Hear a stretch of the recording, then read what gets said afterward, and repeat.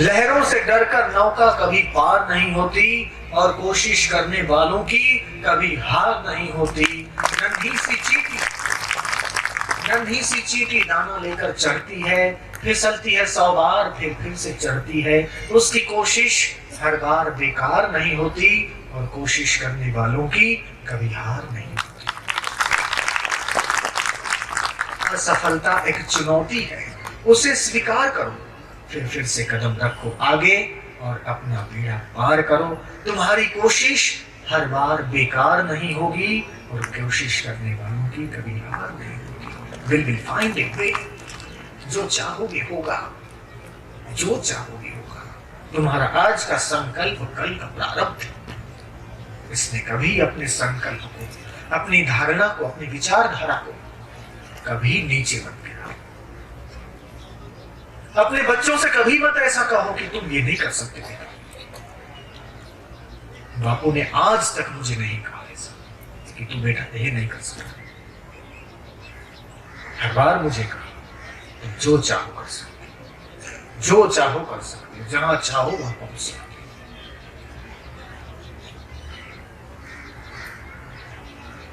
और स्त्रियों में तो जो ताकत है, अगर माताएं चाहे, बहनें चाहे, दुनिया की तकदीर बदल सकेगी। स्त्रियों में तो वो ताकत है। पिता से माता सब, कन्याओं का पूजन करने का भारतीय रिवाज है। मातृशक्ति ताकत है। स्त्रियों को भोग की मशीन मत समझो, स्त्रियों को बुद्धू मत समझो, और स्त्रियों की अवहेलना मत करो, उनको दुत्कारो मत। स्त्री तो शक्ति है। अगर स्त्री बदल जाए, समाज चुटकियों में बदल जाए, बहुत जल्दी परिवर्तन आ जाए। अगर महिलाओं में परिवर्तन आता है, अगर महिलाएं चाहे तो भारत का भविष्य बढ़िया बना सकती है। तो ताकत है। स्कूली शिक्षा बाद में, पहले मां के द्वारा बच्चे को शिक्षा मिलती। प्रथमो माता गुरु, हर मनुष्य की माता पहली गुरु।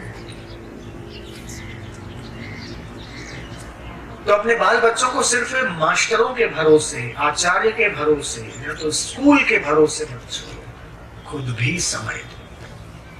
तुम्हारा दिया हुआ है, वो जितना काम करेगा उतना स्कूल का दिया हुआ नहीं काम करेगा। स्कूल का दिया हुआ बाद में, पहले माँ का दिया हुआ, बाद में पिता का दिया हुआ। ये तो बहुत असर करते हैं।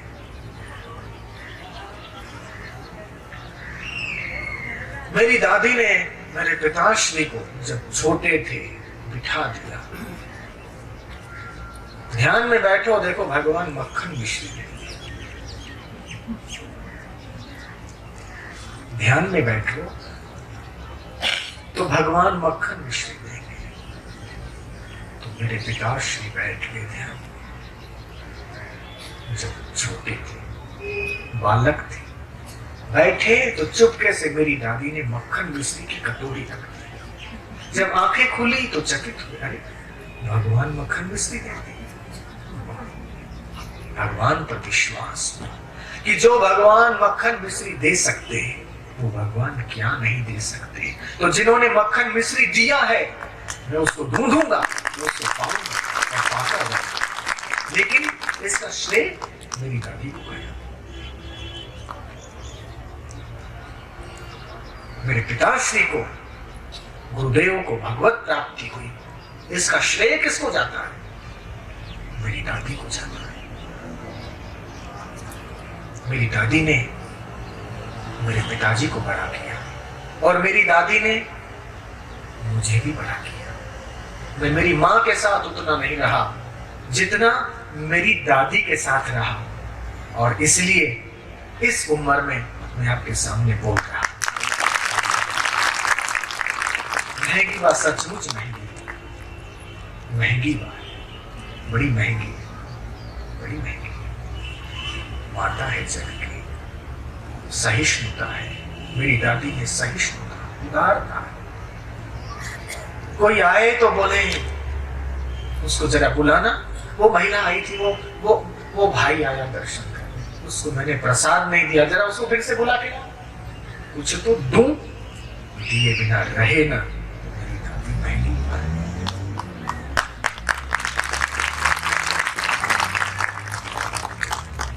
मुझे बताती थी, मेरी शादी हुई थी, मैं ऊंट पर बैठ कर गई थी।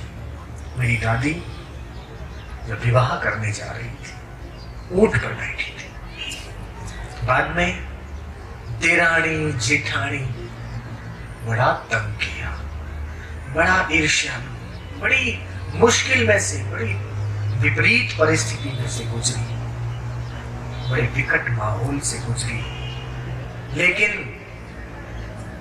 कभी पीछे न रही सेवा करने में। अपने सद्गुण को नहीं छोड़ा, उदारता को नहीं छोड़ा।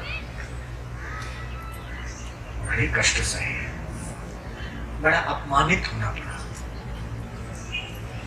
घर में सबको संभाल के चलना, ये भी कोई कम मेहनत नहीं है, बहुत बड़ी मेहनत है। जो लोग संयुक्त परिवार में रहते हैं उनको पता है, कभी किसका मन संभालो, कभी इसका मन संभालो। कभी बेटा रूठ गया, कभी बेटी रूठ गई, कभी सास रूठ गई, कभी किसी के मन में शंका,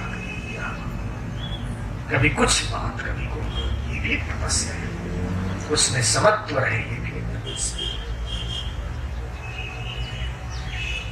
और वो मेरी दादी सेठानी थी। मेरे दादा नगर सेठ थे पाकिस्तान में, बहुत बड़ी संपत्ति थी, काफी जमीनें जायदादें थी। लेकिन 1947 में विभाजन हुआ, यहां आना पड़ा। एक सेठानी, नगर सेठ मेरे दादा, बहुत सोना था, बहुत जमीनें थी, बहुत कुछ था, कोई कमी नहीं थी। काफी गायें थी,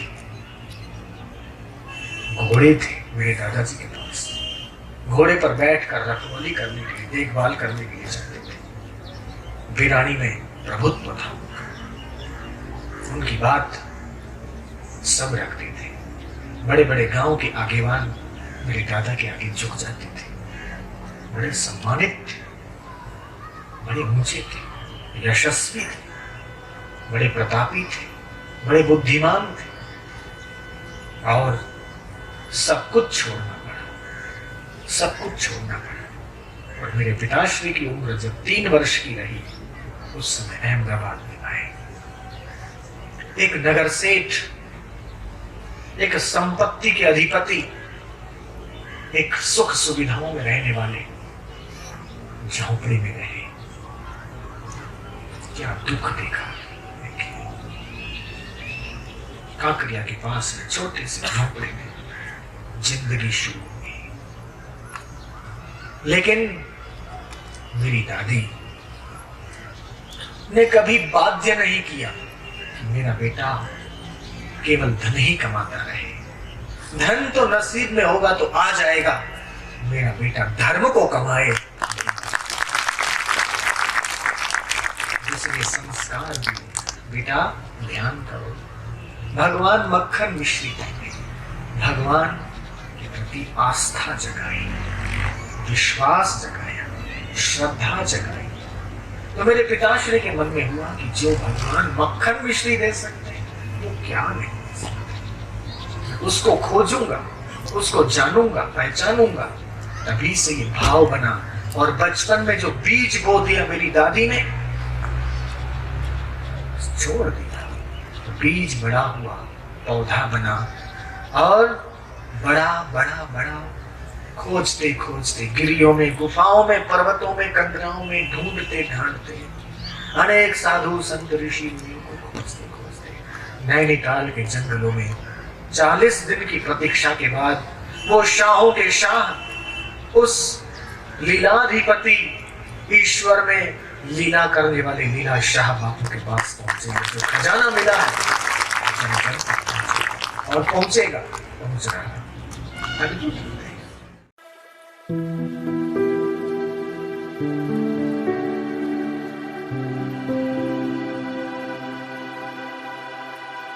है।